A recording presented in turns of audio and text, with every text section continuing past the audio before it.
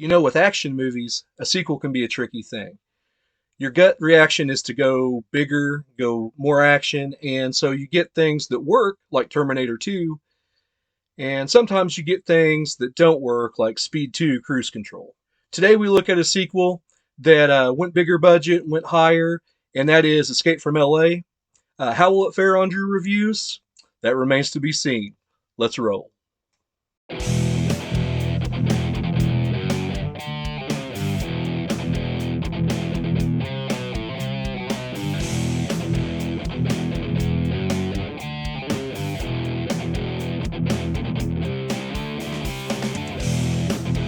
All right, guys, welcome back.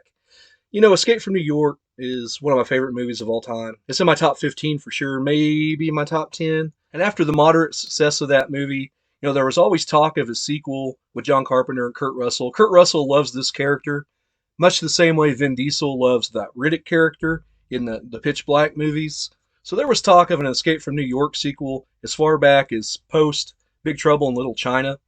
I believe the De Laurentiis group actually optioned the script in 1987.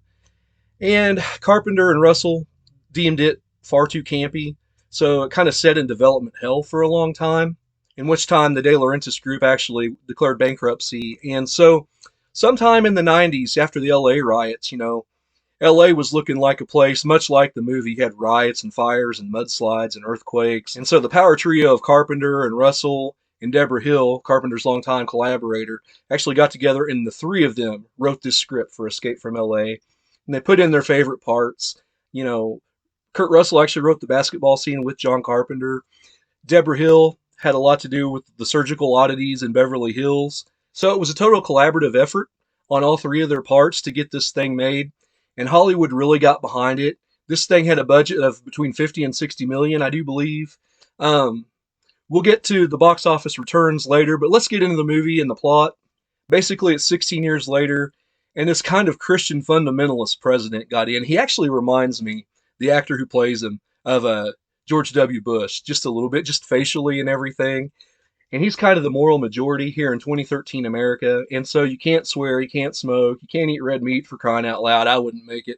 Uh, so it's very militant in that way. So Snake Plissken, I think, was actually gunfighting for sport, maybe. And so he ends up getting arrested at the very beginning of this movie and taken into LA, which, of course, there's always jokes when I was a kid of LA falling off into the ocean. In this movie, they actually did it, after the big quake of like 2000 or 2001, something like that. And because of this guy's prophecy of this earthquake, that was going to level California when he was a presidential candidate, he actually became the president of the United States. So they bring Snake in, and of course, this is just satire on satire. These people, instead of going to LA, you got the right to be terminated there on the premises. And so they got people going to the electric chair, for like eating a steak or, having a lustful thought or something like that. Of course, the whole MacGuffin of this story is that there's this group called the Shining Path, led by Cuervo Jones. And he's actually coerced the president's daughter into bringing this doomsday device to him. And this thing can shut down the power to anywhere you want in the United States with an electromagnetic pulse. This movie is actually the first time I ever learned about EMP, which could be a very real thing if they ever decided to shut it all down with the satellites orbiting. And so they had this lady scratch him on the hand as he comes in to meet the president. And that's kind of what they use. He's injected with the Plutoxin 7 virus. And if he doesn't go in and get this black box back, he's not going to get the antidote, and he's going to die in 10 hours. I actually hadn't seen this movie in quite a few years, and when I went to look for my DVD of it, I couldn't find it. So I actually went to my local library and went and got it today and watched it in preparation for this review. So shout out to the Texas County Library, Houston, Missouri. You guys are awesome. But yeah, anyway, I watched this, and this was the first time I've seen this post-COVID-19, quite a few years. And so there's this great part after he's been injected with this virus, and they tell him about it.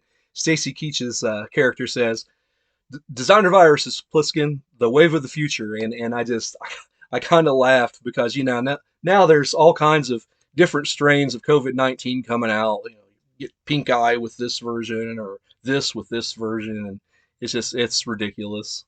So yeah, this movie was kind of before its time as far as that goes. people actually designing viruses to do different things to people. So of course Snake goes in, and that's where this movie gets bigger and bolder than the first one. Not necessarily better, but bigger and bolder. And as far as things I like about this movie, you know, 16 years later, it's great seeing Snake Plissken again. He's just an amazing character. Kurt Russell plays him masterfully. There's this scene where he goes in and Malloy, played by Stacy Keach, actually gives him his weapons. He's kind of suiting up and everything. And I love the updated look. Before he had the black shirt and, the camo pants. And in this one, they 90s him up. He's got the heat retardant stuff that he's wearing, but it really looks kind of like he's wearing black leather, and he's got the black leather trench coat. He's got this mouth dart that he uses on Bruce Campbell's character, which is just hilarious. I'll get to that in a little bit. He's got this really cool machine gun that he loses right away in this thing. He's got a hologram, which comes into play later. So it's very Bondish, much like the first movie, but he's got even more gadgets this time. As far as the other characters, Malloy is okay. He's nothing special to me. None of the rest of them are, except for the president, played by Cliff Robertson.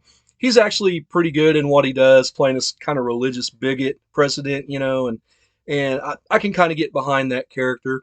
Steve Buscemi's in this. He plays a character called Map to the Stars Eddie, and he's just this shyster. And if I can figure out how to do it, I'll put up a picture of Map to the Stars Eddie and Willy Wonka, because their outfits are very similar. If you've seen both of those movies, and if you're watching this, you probably have, with the purple suit and kind of the brown or burnt orange red hat that they're wearing. It's just, every time I look at Map to the Stars Eddie, I want to sing A World of Imagination. The revolutionary Cuervo Jones, played by an actor, I believe his name is George Corafach, is how you pronounce it. He's okay. He wasn't great, wasn't bad. I believed him as a bad guy. But as far as actors in this thing, that was pretty much it for me. Everybody else is just okay or less than okay. The action sets and some of the things that happen in this movie are great. The first great scene in this movie is when they play Bangkok Rules as soon as he gets to L.A. He's surrounded by 4 gunmen. And of course, you're told early on, if you haven't seen the Snake Plissken character, that he's really good with gunplay. And, that whole scene with the can, nobody draws till this hits the ground. That's an amazing scene. I absolutely love it. One scene in this movie that you either love or you hate, and that is the scene with the surfing with Peter Fonda.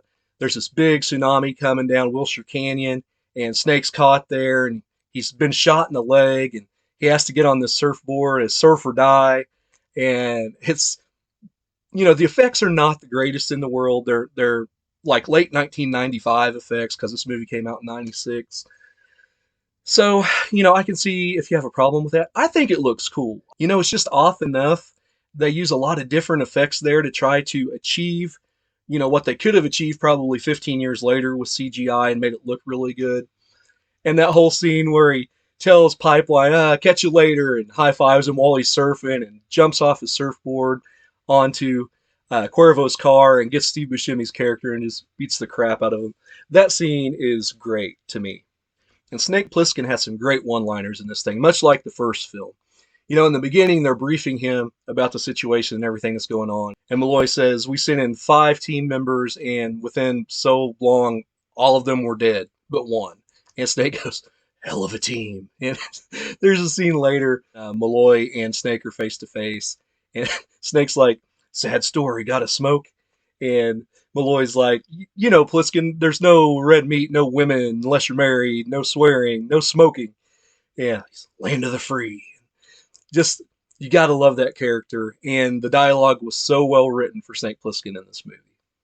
The other part of this movie that I really like, of course, is a John Carpenter movie, so you're remiss to not talk about the soundtrack.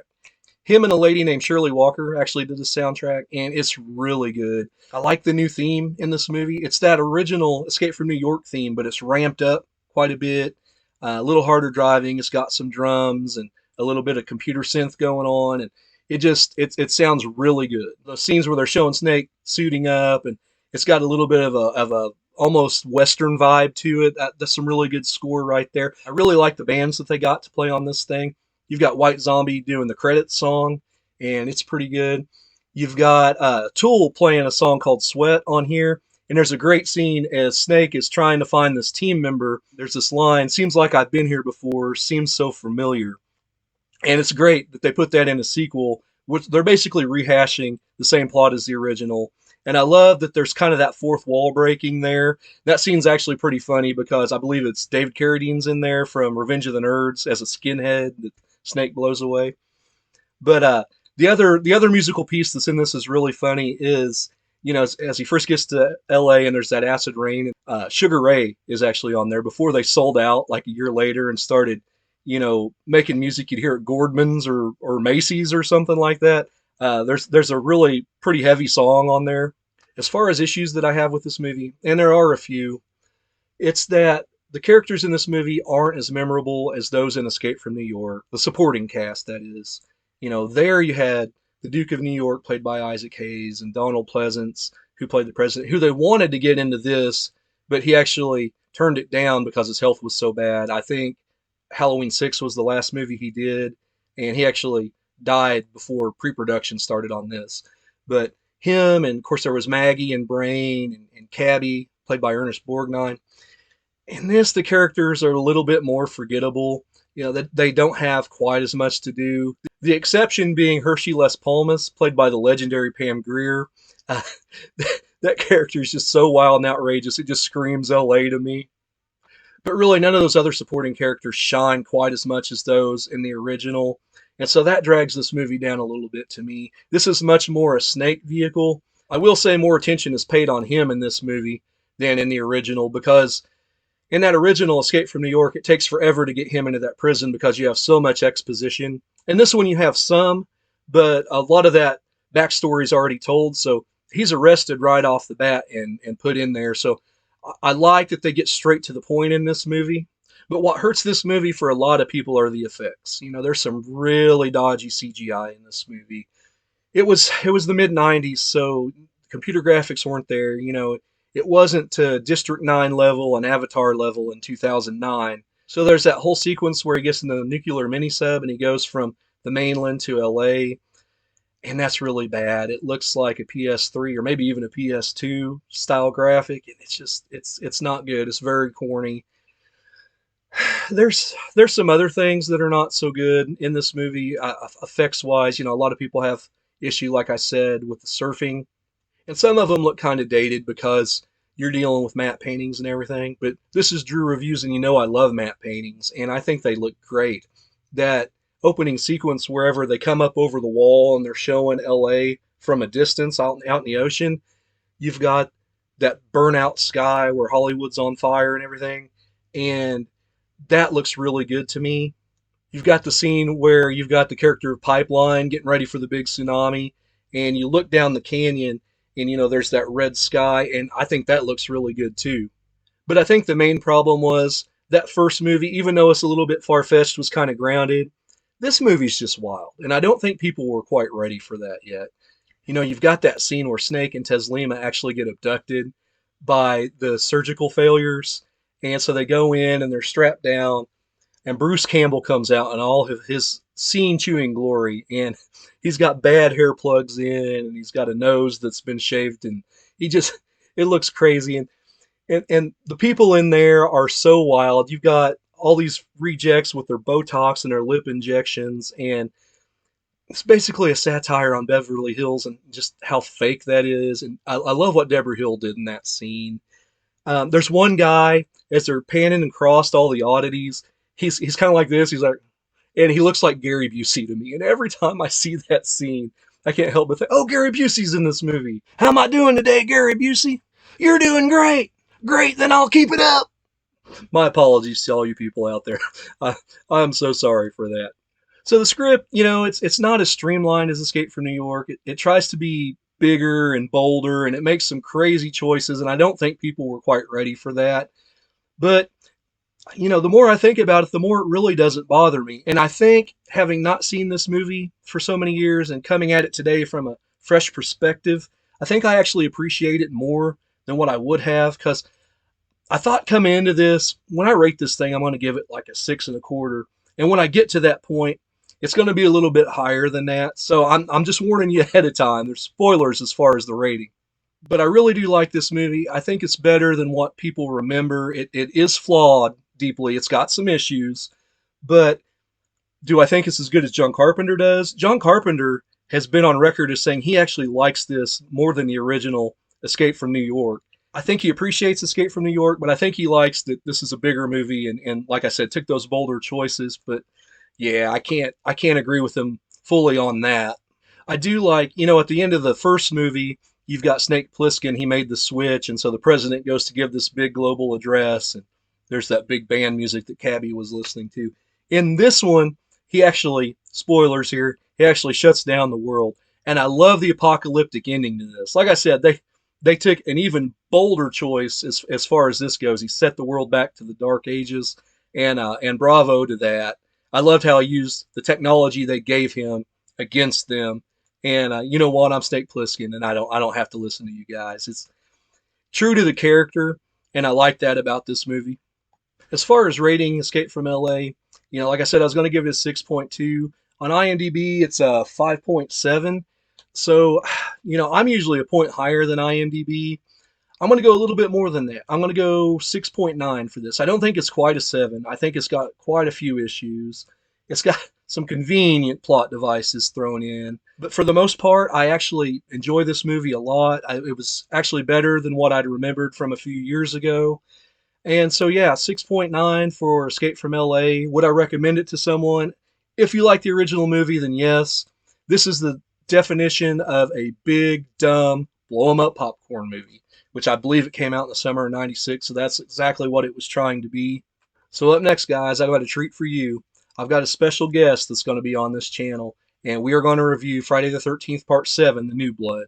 Um, got a friend coming from a few states away, and we're going to do this. We might actually be on location somewhere, so that'll be a little bit of fun. Hopefully that's coming next week. So I hope you've enjoyed this video. Give me a like and subscribe. Give me your favorite Escape from LA quote down in the comments. And until next time, I'm Andrew, and I'll see you down the line.